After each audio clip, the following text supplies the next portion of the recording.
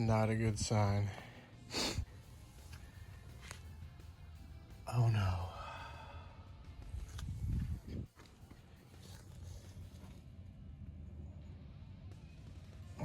Shit. All right, before we get into what you just saw in that clip right there, I wanted to show everybody a little bit of something new, a little change of scenery. I took a different job, another career, and with that, another move to a different state. So let me go show you exactly what it is that I'm doing. Let me just go run upstairs out my bedroom window really quick. 1 second. Come here, Tyson. There she is.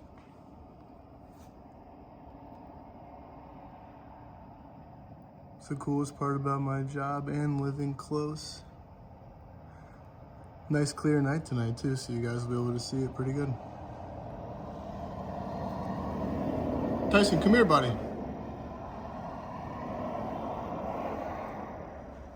There she goes. See if we can get a good zoom with the new iPhone. What the hell are you doing, dude? It's not gonna hurt you.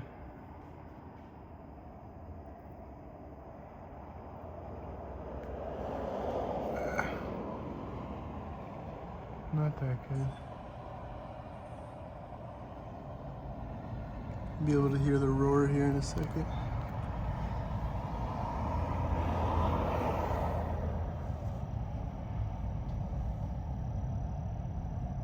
People stopping to watch.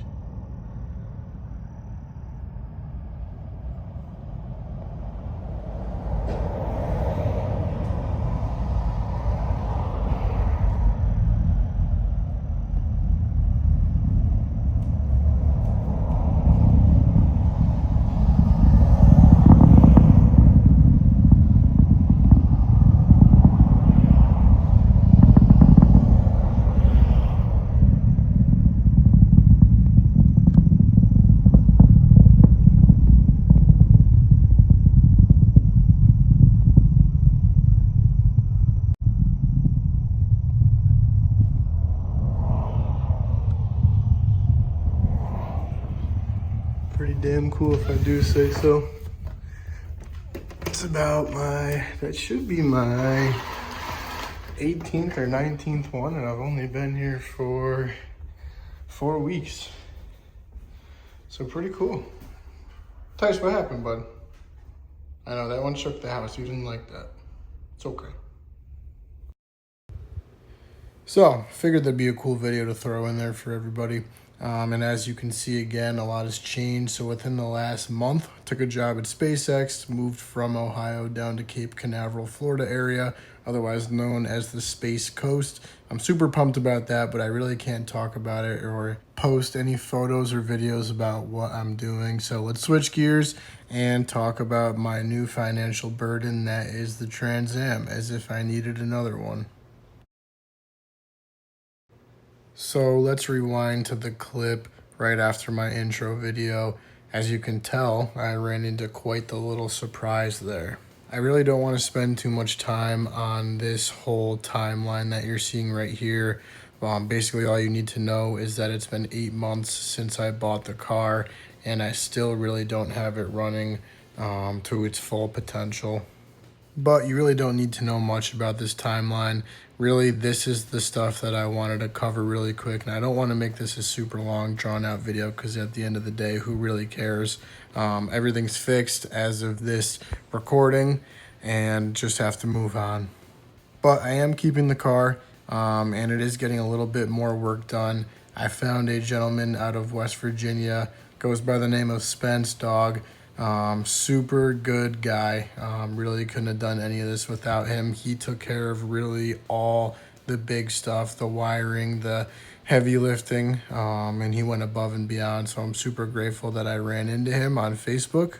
But the car needed a complete and total overhaul because of all of the things that you are seeing here. So let's run down this list super quick. So a lot of mice related damage. Let's go through this now. So Mice partially chewed through the speaker and the subwoofer wire. None of the speakers really worked at all. This whole sound system was just, it sounded terrible. The methanol injection system, the power ground wires, and the reference line were clean cut by a pair of snips and just left hanging under the center console. So they just shoved it underneath there, under the carpeting, trying to hide it.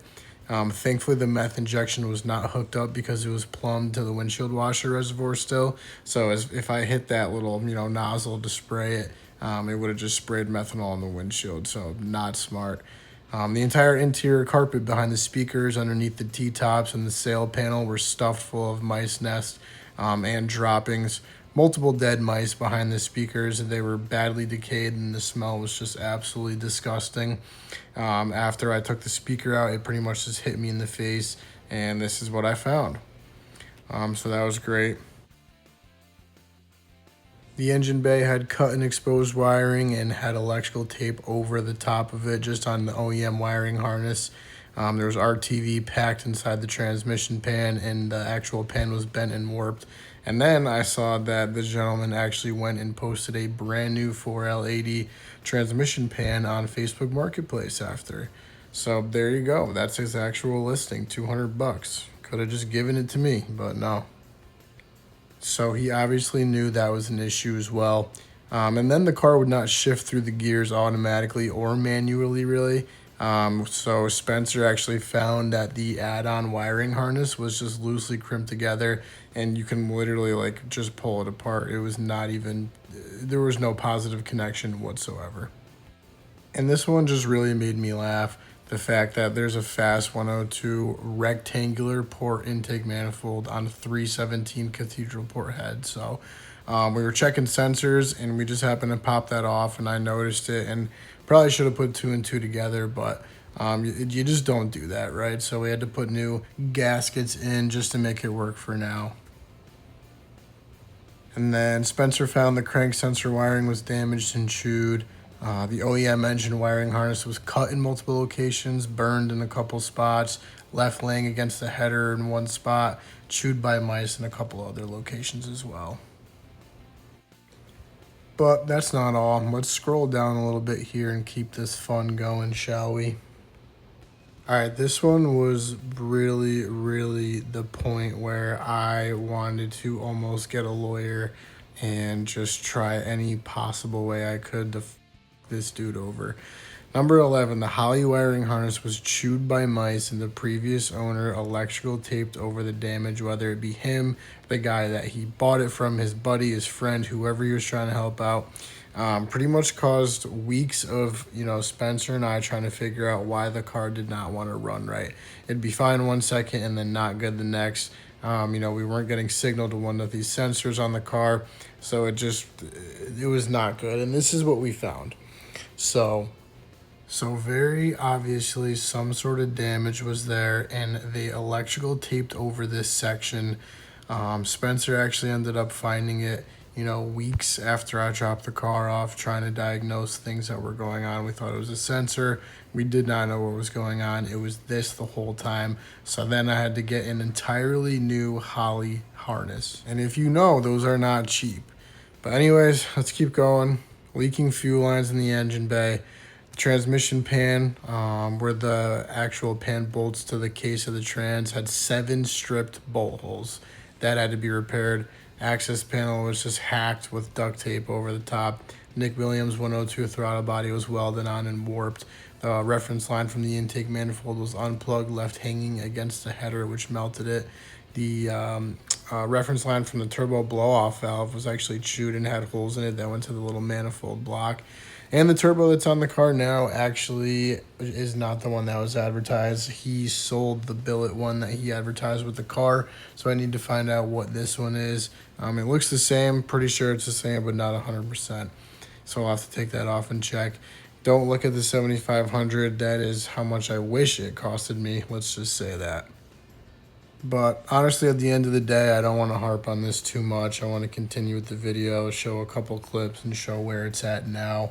When you buy a drag car like that, you really are just inheriting somebody else's problem at the end of the day. I knew it needed work. I just didn't know there was going to be so many things that were covered up like this. And wiring is just a big one, right? And then just the mouse damage, and the entire car was just covered in mouse shit and piss. And the overall damage was just much worse than I thought it was. So really not happy, but it is what it is. I guess I can just look at it from the point of view that I saved the car from an extremely abusive owner and really brought her back to life. So I am happy with where she's at now. So let's take a look at these clips and photos, and let me know if you have any suggestions for this build.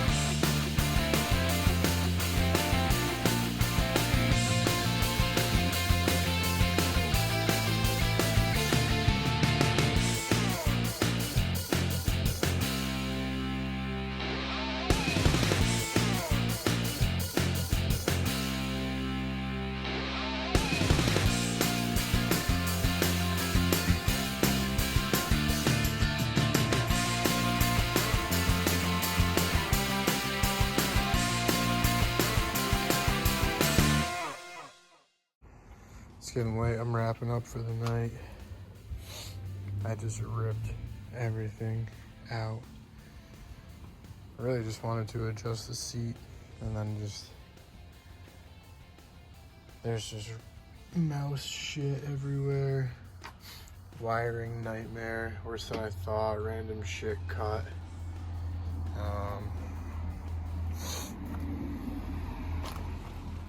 Yeah, I took the subwoofers out, just cables. You know, they weren't even working. I don't know what they go to. Passenger side seat belt was mangled, so I fixed that. It's getting chilly again, but yeah, I mean, that's not good. I'm a little pissed off, just frustrated, tired. Right when I was about to get going on the V. Now I gotta stop and clean this up because I don't want it to stink worse. I stirred it all up too. It's all on my nose. I gotta go wash up, but finish this later. Probably know why the speed sensor's not working in the trans, but just found this. I don't even know why I'm touching it. It's wet with piss. Chewed through. Kind of funny because he turned the stereo on and he's like bopping his head like, "Oh, this shit slaps." Like, yeah, the what slaps? The fucking mouse in the trunk, dude. Fuck out of here.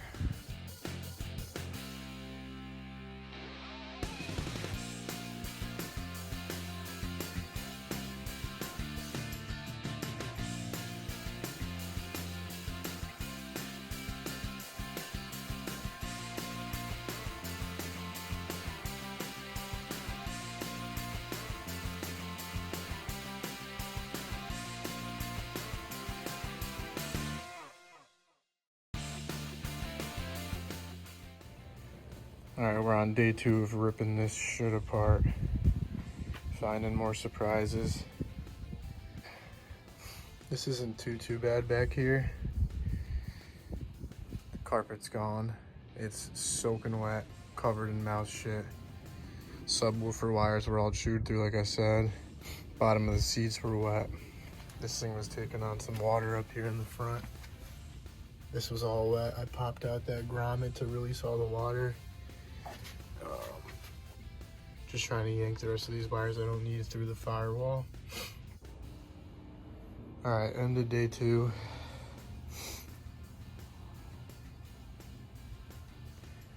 It's a mess.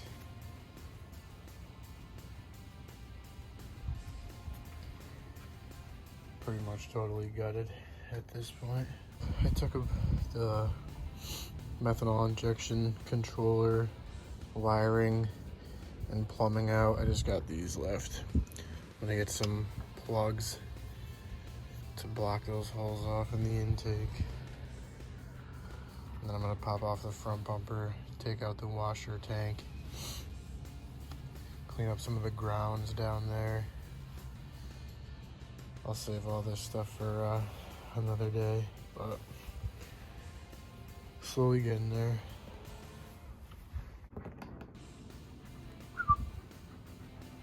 Good boy. All right, let's get a good look in the daytime though. This is asinine. So I'm gonna do a vacuum.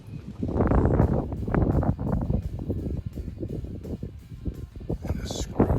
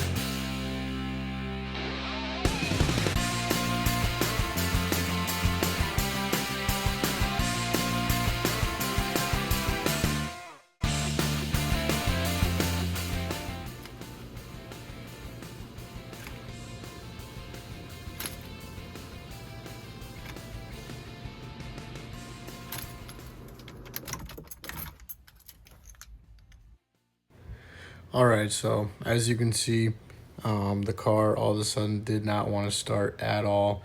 I tried to plug my laptop in and see if the Holley was doing anything weird. It was not.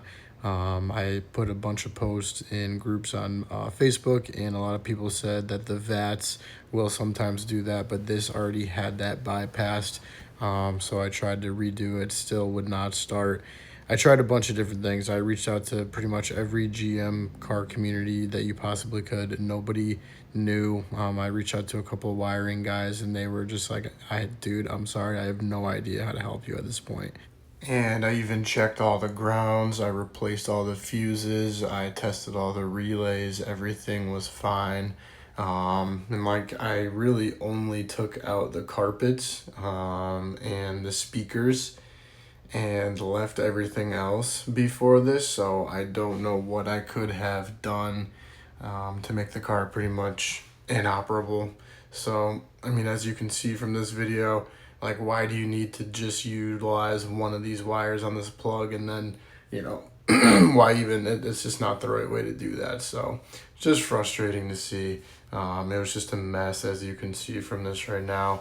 I was trying to offer to pay people, you know, hourly to like FaceTime or give me a phone call. Everybody kind of felt bad, so nobody asked me for any money, but they were like trying to help me trace what gauge wire, what color it was, what pin it goes to in the ECU, things like that, and we just could not narrow it down. And where my finger just touched right there, that was the methanol injection line that was still hooked up to the windshield washer reservoir. So I snapped it off right down there because I took the wiper blades off and all that whole motor and all that plumbing as well. So if I hit that nozzle there to spray the windshield, methanol would have sprayed onto the windshield. So yeah, good times. But yeah, we tried pretty much everything we possibly could.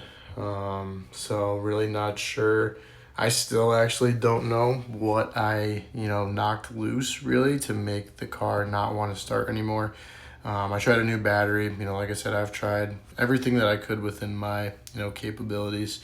I have a very limited knowledge of electrical and wiring. So After this, I reached out to a gentleman I met on Facebook after I sent out a bunch of Hail Mary posts, and he offered to help me. So you'll kind of see some of that going forward in the next few clips. My neighbor's really gonna let me now. Stopping traffic. How you doing?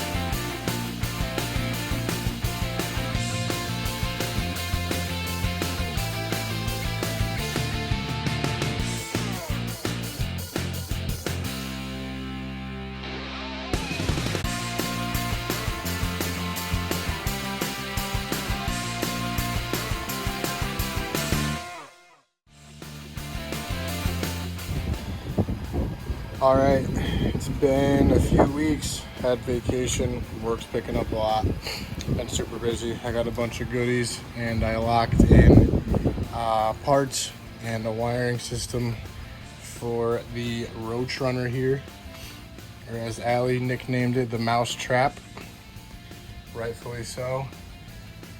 It is torn apart here.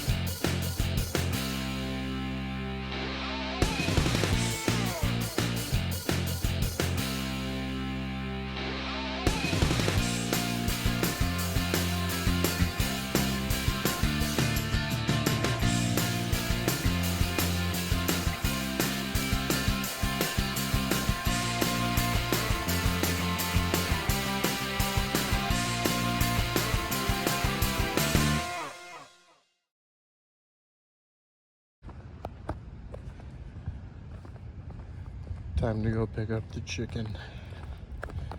Finally. 3 months, not bad. While I locked it, I got a lot of merchandise in here. All right.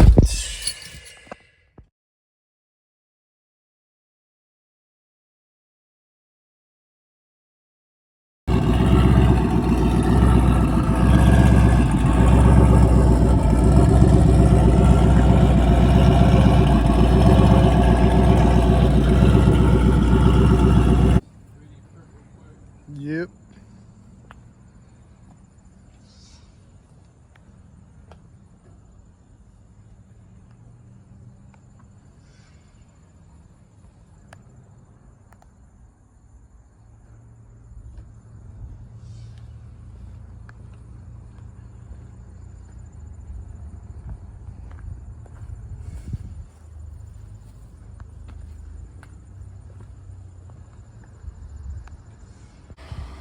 All right, I feel like now is a good time.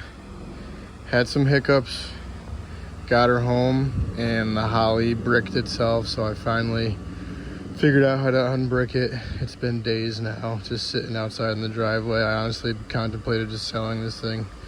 Just one of those demon cars, but I finally got it.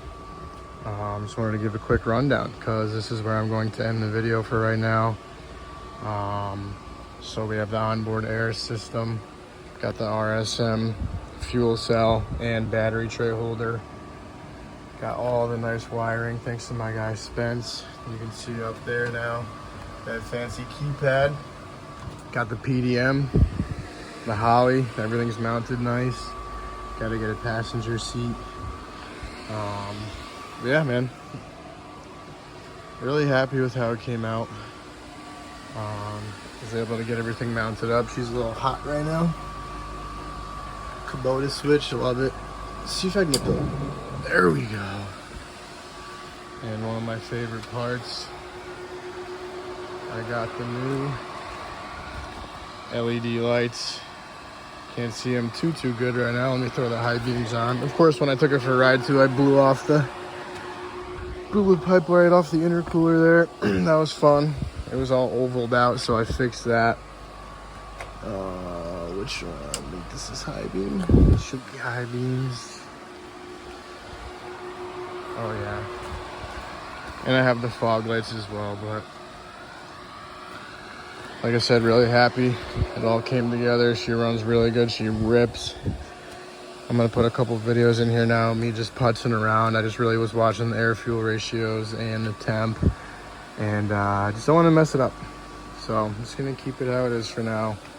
I'm going to get it tuned for E85. It's the next step, and go from there. But she's tagged.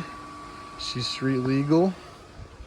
Got a nice 30 by 12 by 12 storage unit now, so I got plenty of room to work on it should anything happen again. But no, I'm happy. And hope you guys liked the content. Like I said, I've wanted one of these for a super long time. That's what was bouncing around. I knew there was something back here. Yeah, let's get it. The next video, you'll see this thing on E85 and hopefully hitting the track. I really need a trans brake too to make it fun and rowdy. But for now, sit here, let her cool off, put her away, and enjoy it another day. Engine bay, way cleaner. Gotta fix that. A couple other things I gotta fix. That intake, gotta get that out of here. Get some better injectors. But